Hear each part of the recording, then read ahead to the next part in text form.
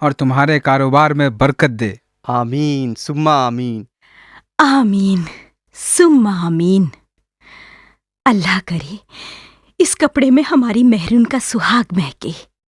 زیب النساء نے کپڑے کی نرمی اور بے قراری اور بھپن کو دیکھ کر مولوی ابول کے ان الفاظ کے جواب میں کہا۔ چند روز بعد ایک شام کو مولوی ابول کے دروازے کی زنجیر بجی۔ اس وقت آنے والے عموماً چاول یا حلوہ یا کھیر وغیرہ لاتے تھے، اس لیے زنجیر کی آواز سنتے ہی چھوٹے بچے ڈیوڑی کی طرف لپکے۔ ٹھہرو! لیکن جانے مولوی ابول کو کیا سوجی، خلاف معمول کڑک کر بولا۔ بچے رک گئے۔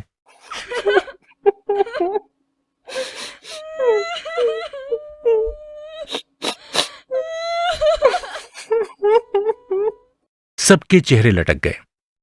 عمدۃ النساء تو رو بھی دی، مگر مولوی ابول ان کو دلاسا دیے بغیر بڑی بے پرواہی سے آگے بڑھا۔ جیوں ہی ڈیوڑی کا دروازہ کھلا، خوشبو کا پھوارہ سا امڑا اور ساتھ ہی آواز آئی، السلام علیکم قبلہ۔ وعلیکم السلام ورحمۃ اللہ وبرکاتہ۔ ارے شمیم، کہو کیسے آنا ہوا؟ شمیم احمد مسافے کے لیے بڑھا تو لٹھے کا نیا تیبند ٹین کی طرح بج اٹھا، اور جب اس نے رک رک کر کہا، آپ کی خدمت میں ہاں ہاں ہاں بولو۔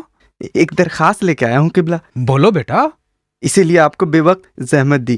تو مولوی ابول کو شمیم احمد کی پوشاک سے امڑتی ہوئی مہک کچھ گنگناتی محسوس ہوئی۔ یہ درخواست یہاں ڈیوڑی میں بھی سنی جا سکتی تھی۔ میں ابھی آیا عارف کی ماں۔ اور پھر وہ شمیم احمد کا ہاتھ اپنے ہاتھ میں لے کر تیزی کے ساتھ مسجد کی طرف چل دیا۔ دونوں ایک حجرے میں پہنچے تو وہاں چند نمازی آگ جلائے ہارون رشید کے انصاف کی کہانیاں سنا رہے تھے۔ دوسرے حجرے میں اندھیرا تھا، یہاں عموماً اندھیرا ہی رہتا تھا، اور یہ 41 دنوں کی مسلسل چلہ کشی کے لیے مخصوص تھا۔ شمیم احمد کو وہیں چھوڑ کر مولوی ابول پہلے حجرے سے جلتی ہوئی ایک لکڑی اٹھا لایا اور اندھیرے حجرے کے ایک گوشے میں چلا گیا، اور پھر کڑوے تیل کا چراغ جل اٹھا۔ اس نے واپس جا کر لکڑی کو الاؤ میں پھینکا اور لپک کے شمیم احمد کے پاس آیا۔ شمیم احمد نے چند روز میں داڑھی نہیں منڈوائی تھی، گالوں اور گلے پر نہایت سلیقے سے خط بنے تھے، اور داڑھی کے خشخشی بالوں پر عطر حنا دیے کی روشنی میں چمکنے لگا تھا۔ کہو میاں۔ مولوی ابول کچھ اس انداز سے بولا جیسے وہ ابھی ابھی اپنے مہمان کے لیے ایک ایوان کی آرائش و زیبائش سے فارغ ہوا ہے۔ شمیم احمد کی آنکھیں جھک گئیں اور ہونٹ ذرا سا کھل کر کانپنے لگے۔ پھر اس نے سر اٹھا کر چراغ کی طرف دیکھا، جس کی لو بے پناہ دھواں چھوڑ رہی تھی۔ آگے بڑھ کر اس نے تنکے سے چراغ کی بتی کو کم کیا اور بولا، آپ کی اجازت ہو تو عرض کروں؟ کہو۔ مولوی ابول نے شمیم احمد کے کندھے کو تھپکا اور پھر چونک کر اس کے دوسرے کندھے پر بھی ہاتھ رکھ دیا۔ کہو نا عزیزم۔ شمیم احمد نے اپنے ہاتھ ملنا شروع کیے۔ ایک لمحے کی خاموشی کے بعد اس نے کوئی چیز بڑی مشکل سے نگلی اور بولا، اصل میں یہ کام میری امی کا تھا، انہی کو آپ کی خدمت میں حاضر ہونا چاہیے، مگر پچھلے چند برسوں سے ان کا دل بہت کمزور ہو گیا ہے، بات بات پر رونے لگتی ہیں اور برا بھلا کہنے لگتی ہے، سو میں نے یہی مناسب سمجھا کہ خود ہی حاضر ہو جاؤں۔ تم نے بہت اچھا کیا۔ میں آپ کا پرانا خادم ہوں قبلہ، میری درخواست یہ ہے کہ حضور مجھے ہمیشہ کے لیے۔ اس نے پھر ایک بار چراغ کی طرف دیکھا اور نظر جھکا کر اپنی آستین پر سے کوئی خیالی دھبا اڑا دیا۔ حضور مجھے ہمیشہ کے لیے اپنی غلامی میں لے لیں۔ میں تمہارا مطلب نہیں سمجھا شمیم میاں۔ شمیم احمد نے بڑی حیرت اور دکھ سے مولوی ابول کی آنکھوں میں آنکھیں ڈال دیں۔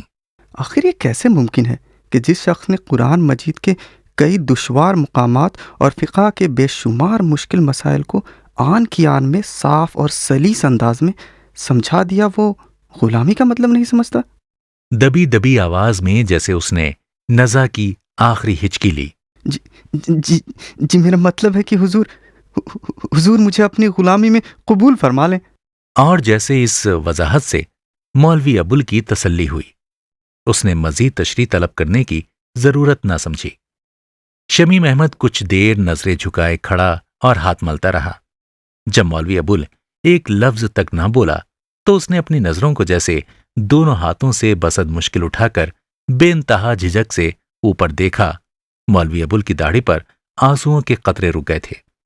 شمیم احمد کی داڑھی پر عطر حنا چمک رہا تھا اور مولوی ابول کی داڑھی میں آنسو جگمگا اور تھرتھرا رہے تھے، اور چراغ کی لو پھر ڈھیروں دھواں اگلنے لگی تھی، مگر اب کے شمیم احمد کو بتی کم کر دینے کا خیال نہ آیا۔ وہ کچھ کہنے کے لیے بےتاب ہو گیا، مگر صرف ہونٹوں کو کھول کر رہ گیا۔ مولوی ابول نے یکا جیسے کچھ سوچ کر پگڑی کے پلو سے آنکھیں پوچھیں۔ اے دو جہان کے مالک، لڑکی تیری کتنی مسکین مخلوق ہے، اللہ جل شانہ، کتنی مسکین، کتنی مسکین۔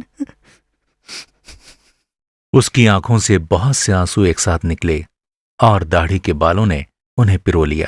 دینے کا مال ہے شمیم میاں تو دوں گا، دینا ہی پڑے گا، اور پھر تم میرے عزیز ہو۔ حافظ عبد الرحیم مرحوم و مغفور کا بیٹا میرا اپنا بیٹا ہے، آؤ ادھر آؤ۔ اور مولوی ابول نے شمیم احمد کو اپنے سینے سے لگا لیا۔ ارے مہرو کے ابا، کہاں سے آ رہے ہو؟ بڑی عطر کی لپٹیں آ رہی ہیں۔ مہرالنساء توے پر آخری روٹی ڈالے بیٹھی تھی، وہ بولی۔ سچ ابا جان، سارا گھر مہک اٹھا ہے۔ کیا بات ہے؟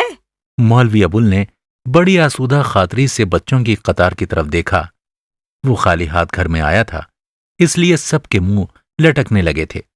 سب کو ایک ساتھ پیار کرنا مشکل تھا، اس لیے بولا۔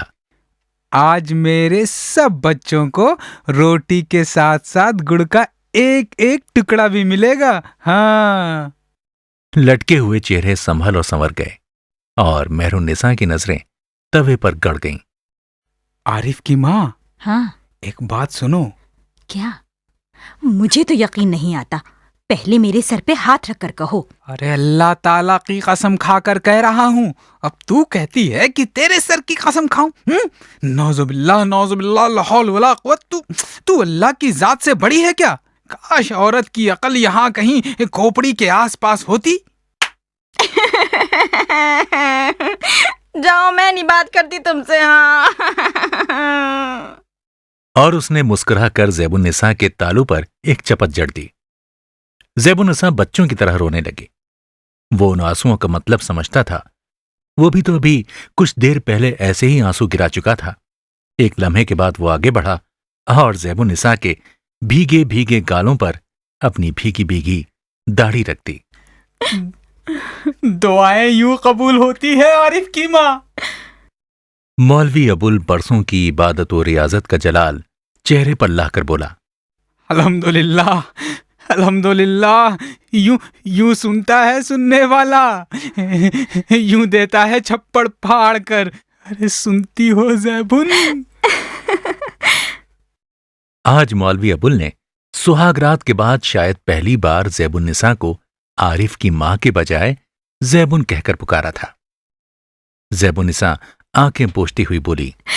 جب شمیم خدایا لڑکا تھا، چھوٹا تھا اور تمہارے پاس پڑھتا تھا تو یوں پھٹی پھٹی نگاہوں سے دیکھتا تھا مہرون کو، جیسے کبھی کبھی تم مجھے دیکھ لیتے ہو۔